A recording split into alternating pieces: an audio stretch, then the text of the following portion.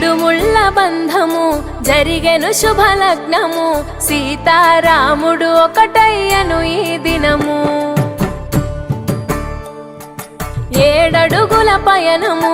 ఒకరికొకరు సొంతము కలిసి మెలిసి సాగను ఈ జీవితము